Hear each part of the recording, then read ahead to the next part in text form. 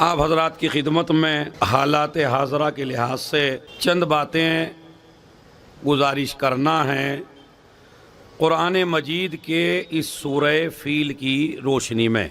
अरबी ज़बान में फ़ील हाथी को कहते हैं और बकरा गाय को कहते हैं। इस सूरह का नाम है सूरह फ़ील यानी हाथी वाला सूरा। और एक सूरा और मौजूद है कुरान में जिसे सूरह बकरा कहते हैं यानी गाय वाला सूरा। अब कुछ यहाँ पे इमाम जमात भी बैठे हैं तो एक मसला पहले ही आ जाए फ़िक़्ह का तो बड़ी अच्छी बात है। देखिए फ़िक़्ह का एक मसला है कि जब आप अकेले नमाज पढ़िए तो चाहे जितनी लंबी पढ़िए कोई मसला नहीं। आप रुकू लंबा कीजिए, सजदा लंबा कीजिए, सूरह अलहम्द खींच के पढ़िए, तलफ़्फ़ुज़ के साथ पढ़िए, और आप कुनूत बड़ा लंबा कर दीजिए और आप सजदा बड़ा लंबा कर सकते हैं। ये आपको इजाज़त है जब आप अकेले नमाज पढ़ रहे हों। मगर ज़्यादा तक़द्दुस उस वक्त न दिखाना जब आप नमाज जमात पढ़ा रहे हों। हमारे यहाँ ये मौलवियों में कुछ बीमारी आ गई कि ये अकेले तो बड़ी जल्दी जल्दी नमाज पढ़ते हैं, लेकिन जहां इन्हें कह दिया जाए अब आपको जमात पढ़नी है तो इतनी लंबी नमाज कि बेचारा वो जो कमर का मरीज है वो कहता है मुझे नमाज जमात में नहीं जाना है, इसलिए कि मुझसे इतनी देर रुका नहीं जाता। शरीयत इस्लामी का मसला ये है कि नमाज में अगर 100 आदमी हो और 90 जवान हो और 10 बूढ़े हों तो इस्लाम कहता है पेश नमाज को चाहिए उन 10 को देख के नमाज पढ़ाए। इन 90 को देख के नमाज ना पढ़ाए। पता चला सजदे से सर ही नहीं उठा रहा भाई, सुभान रब्बियल आला व बिहम्दे, सुभान रब्बियल आला व बिहम्दे, सुभान रब्बियल आला व बिहम्दे। अरे आपकी पुष्ट पे क्या नवासा बैठ गया? हुसैन भाई नबी ने तो इसलिए बढ़ाया था कि नवासा बैठ गया था आके। आपकी कौन सा नवासा बैठ गया आपकी पुष्ट पे आके? तो मसला शरी क्या है जो उलमा बैठे हैं वो समात करें कि जितनी जल्दी हो सके नमाज को खत्म करिए, जितनी जल्दी, यानी आप जल्दी से जल्दी नमाज जमात पढ़ाइए। और उसका ख्याल रखिए जो कमजोर आदमी है, ताकतवर का ख्याल नहीं रखना है, ज्यादा मुस्तहबात आपको अंजाम नहीं देने हैं। नया नया जवान लड़का और आसिफ भाई जैसा या मोहसिन इमरान साहब जैसा या हमारे मास्टर दिया साहब जैसा ये पकड़ के ले आए मजलिस में और मजलिस से पे मस्जिद में ले आए और कहने लगे नमाज पढ़ दिया करें भाई, बंदे खुदा नमाज से गाफिल ना हुआ करें। अब वो जो नमाज पढ़ने के लिए नया नया लड़का पहुंचा तो वहां उस पेश नमाज को वही बीमारी थी बहुत लंबा पढ़ाने की। अब उसने सूरह बकरा शुरू कर दी। अब सूरह बकरा जो है वो कुरान मजीद का लंबा सूरा है भाई, 2-3 पारों में है वो।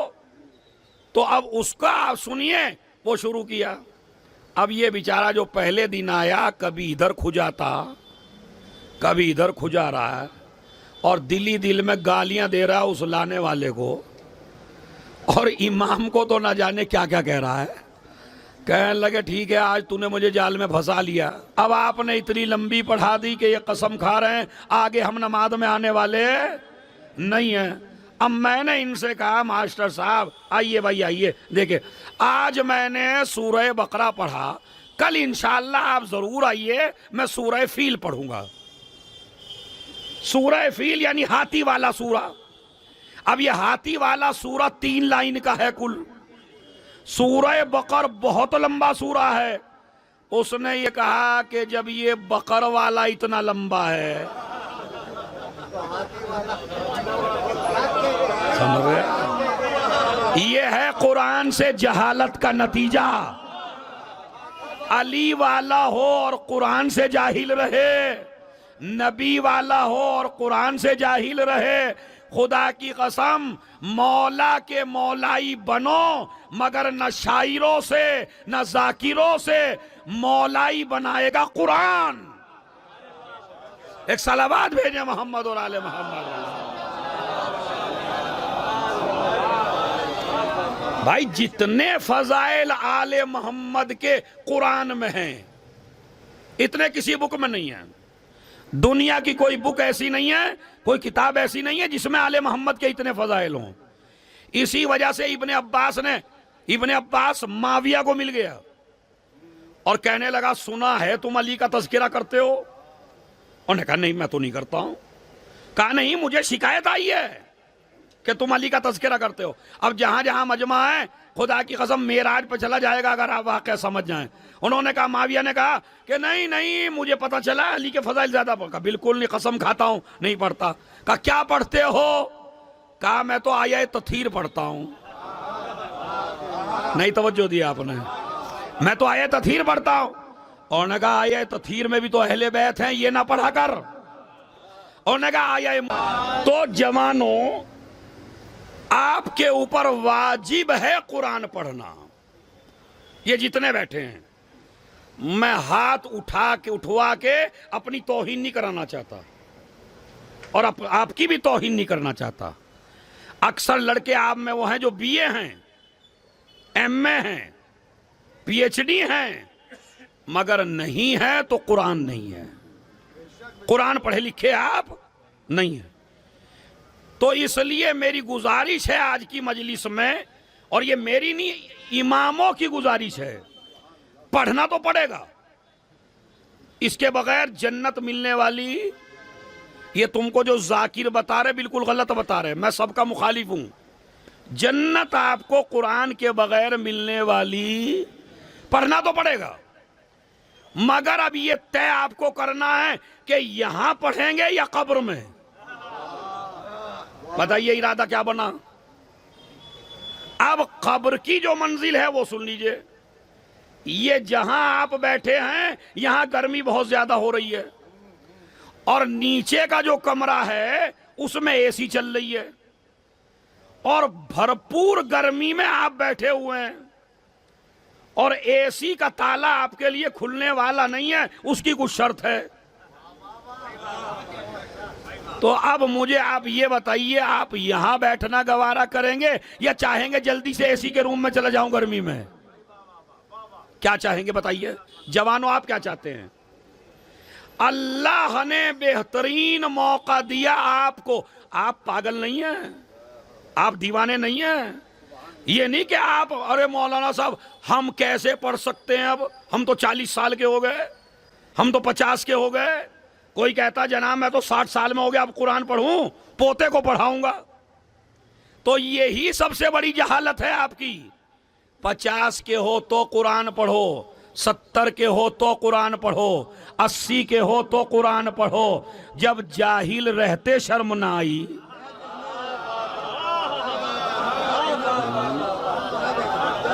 अरे भाई जब जाहिल रहते शर्म नहीं आ रही है तो आलिम बनते क्या शर्म आ रही है? अच्छा, कुरान पढ़ते ही वे शर्म आती है, बस फितना बोते शर्म नहीं आती, कौम को लड़वाते शर्म नहीं आती, पार्टी बाजी कराते शर्म नहीं आती, सारी शर्म है कुरान में। नहीं, खुदा की कसम, आज ये सलमान भाई के घर का एक बेहतरीन पैगाम है जवानों को। अब तो ऑनलाइन क्लासेस चल रही है भाई। क्या वो जवान जो पूरी रात 2 घंटे इंटरनेट इस्तेमाल करता है बिस्तर पे लेट के, और न जाने क्या क्या देखता है, ये पता नहीं क्या क्या देखता है। आज ये ना समझिए कि अपनी बेटी को पर्दे में रख के आप ये कह रहे हैं मेरी बेटी तो जनाब घर में है, महफूज है, पर्दे में है। अरे पर्दे में नहीं है इस वक्त कोई भी। जब पूरी दुनिया ही बेटी के हाथ में दे दी, ये मोबाइल, क्या पता कंबल में लेट के आप क्या देख रहे हैं? कुछ पता है आपका? क्या पता मेरी बेटी क्या देख रही है कंबल में? दुनिया ने इतना एडवांस कर दिया है हर चीज को कि अब आपको समझाने की जरूरत गूगल आपसे नहीं आता था, आपने सीखा। इंटरनेट आपसे नहीं आता था, आपने सीखा। व्हाट्सएप आपसे नहीं आता था, आपने सीखा। मोबाइल चलाना आपसे नहीं आता था, आपने सीखा। तो सारी चीजें सीख के आई हैं, तो कुरान भी सीख लो ना, ताकि अली जहन में आने लगे। एक सलावात भेजे मोहम्मद और आले मोहम्मद पर। नहीं पढ़ेंगे। मेरी मजलिस अगर एक जवान की भी समझ में आ गई और इसने कुरान जाके शुरू कर दिया, तो खुदा की कसम मैं बहुत कामयाब खतीब हूं, मैं बहुत कामयाब हूं। और अगर आप उठ उठ के घुटनों के बल मुझे दाद देने लगे और जहां थे वहीं रहें,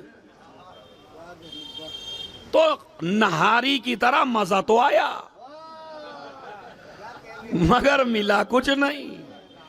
इसी तरह याद रखिए, मजलिसे आज़ा कोई टेस्ट की जगह नहीं है, जायका लेने की जगह नहीं है, जायका बनाने की जगह नहीं है। जहालत की वादियों से निकल के इल्म का नूर लेने की जगह मजलिस है। सलावात भेजे मोहम्मद और आले मोहम्मद। अब मैं वो हदीस सुना दूं आपको, वो हदीस सुनिए खुदा की कसम। नव्विरू बुयूतकुम बेतिलावतिल कुरान फला तत्तखिदूहा कुबूरा। अपने घरों को मुअत्तर करो कुरान की तिलावत से। फला तत्तखिदूहा कुबूरा, इनको कब्रें ना बनाओ। मैंने तो पूरी मजलिस पढ़ दी, अगर आप समझ जाएं। अपने घरों को मुनव्वर करो कुरान की तिलावत से, इनको कब्रें ना बनाओ। इसका मतलब है जिस घर में कुरान ना पढ़ा जाए, वो चाहे जितना बड़ा महल हो, इस्लाम उसे कब्र कहता है। और अब जुमला संभालिए जहां जहां बैठे हैं। और अगर ये कुरान एक चादर के अंदर भी हो, तो ये चादर नहीं है, अहले बैत का घर है। सलावात भेज दें मोहम्मद। अब 7वें इमाम की हदीस सुनिए और फिर वो तफसीर सुनिए। जरा सलावात पढ़ें नूरानी सी मोहम्मद और आले मोहम्मद। एक जवान लड़का खाली मजलिस से इरादा करके उठ जाए कि मौलाना मैं कुरान पढ़ूंगा, और अगर मेरे पे वक्त होगा मैं भी आपको फी सबीलिल्लाह पढ़ाऊंगा। इंटरनेट पे काफी क्लासेस चली हुई हैं, आप उस क्लास को आधा घंटा कर लें, बस हफ्ते में 3 दिन कर लें, हफ्ते में 2 दिन कर लें 1 घंटा। एक जवान कम से कम वो सूरे तो पढ़ ही जाएगा जो नमाज में पढ़े जाते हैं। यानी अगर तू नमाज जमात में ना जा सके तो इतना भी तो जाहिल ना हो कि तू फातिहा के भी लायक ना हो। मैं बहुत बड़ा जुमला कह दिया आपकी खिदमत में। आजकल फैशन चला है अब्बा के चेहलुम का, पैंट में हाथ दिए ऐसे खड़े हैं, मौलाना फातिहा दे दीजिए। देखा कितना बड़ा मिनिस्टर है ये, समझ रहे आप। इंतजाम कर दिया है अच्छे खाने का, इंतजाम कर दिया 72 खाने का। मैं ये नहीं कहता 72 ना रखिए, आप 1 करोड़ खाने रख दीजिए, मगर उसी बेटे को रखने का हक है जिसने बाप को खिलाया भी हो।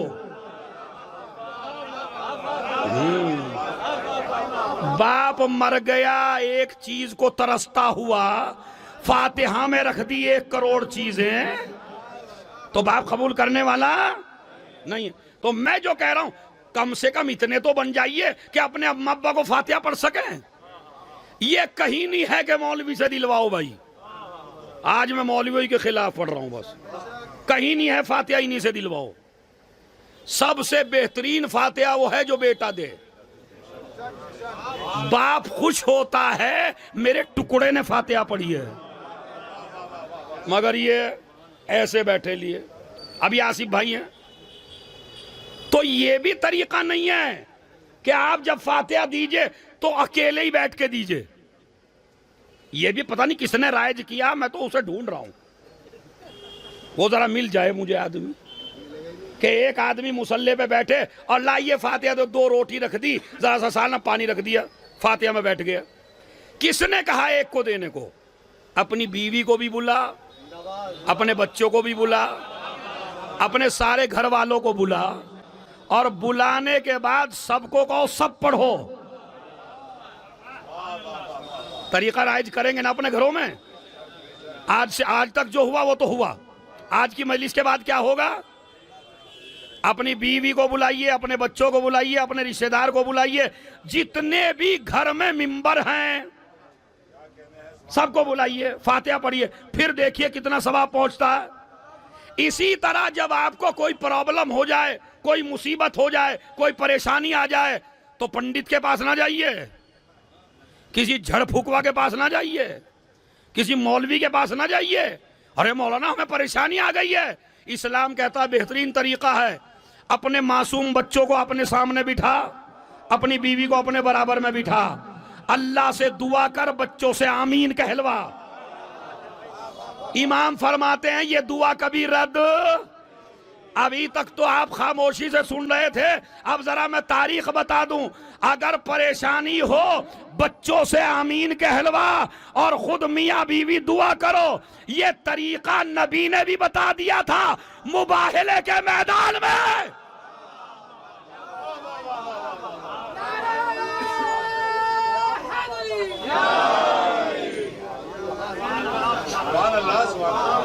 तो तरीका अपनाएंगे इंशाल्लाह। अगर अपनाएंगे तो सलावात पढ़ दें मोहम्मद और अलैहि।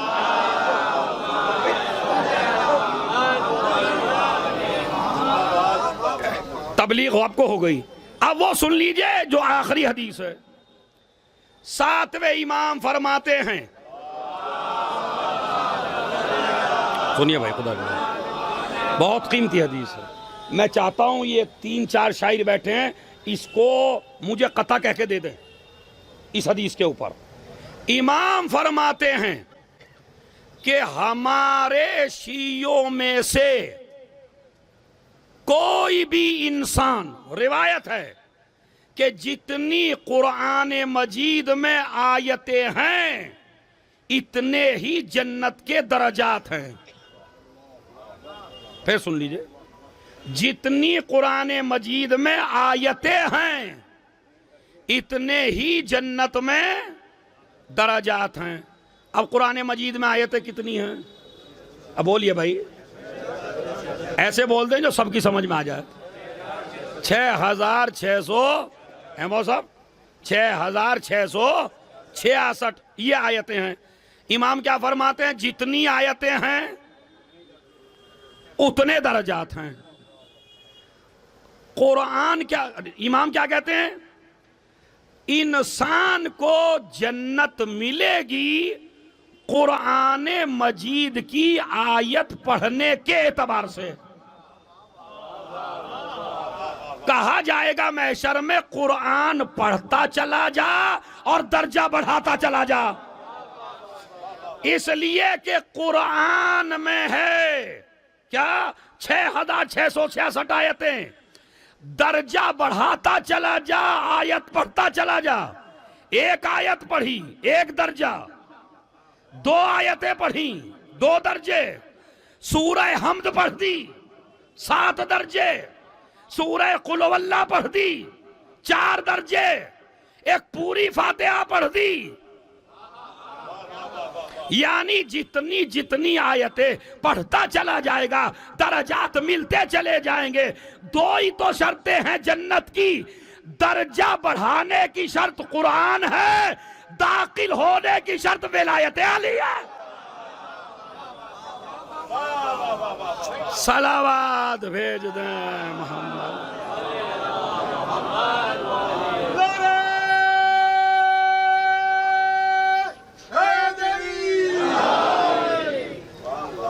अब हदीस सुनिए, इमाम क्या कहते हैं? जितनी कुरान में आते हैं इतने ही जन्नत के दर्जात हैं। फिर फरमाते हैं हमारे चाहने वाले को जन्नत में दाखिल नहीं किया जाएगा उल्लेमल कुरान फी कब्रे, पहले इसकी कब्र में इसे कुरान पढ़ाया जाएगा। आ गई ना वही बात, चाहे एसी में बैठ के पढ़ लो, वो है दुनिया, चाहे कब्र में जाके पढ़ना। आजा जितनी देर कुरान पढ़ने में लगेगी इतनी देर जन्नत में जाने में लगेगी, तो बेहतर है यहीं से पढ़ लो ना। इमाम कहते नहीं, मुमकिन नहीं है, मुमकिन नहीं है, कोई आदमी नहीं जाएगा जन्नत में, और खुसूसन हमारा चाहने वाला जन्नत में जा ही नहीं सकता जब तक इसे कुरान ना पढ़ा दिया जाए। तो चाहे तो मौलवियों से पढ़ लो, चाहे मलाइका से पढ़ लो, पढ़ाएंगे दोनों सख्ती के साथ, तो बेहतर है यहीं पढ़ लो। तो अब ये तो मैंने हदीस सुना दिया आपको, यहां नहीं पढ़ोगे तो पढ़ोगे जरूर, मगर पढ़नी है। इसीलिए हुसैन ने नोके नेदा पर कलाम नहीं किया है, कुरान पढ़ा है, ताकि तुम्हें कुरान की तरफ मुतवज्जे कर सके कि मेरा रिश्ता उसी से मजबूत है जिसका रिश्ता कुरान से मजबूत है। एक सलावत पढ़े मोहम्मद और आले मोहम्मद।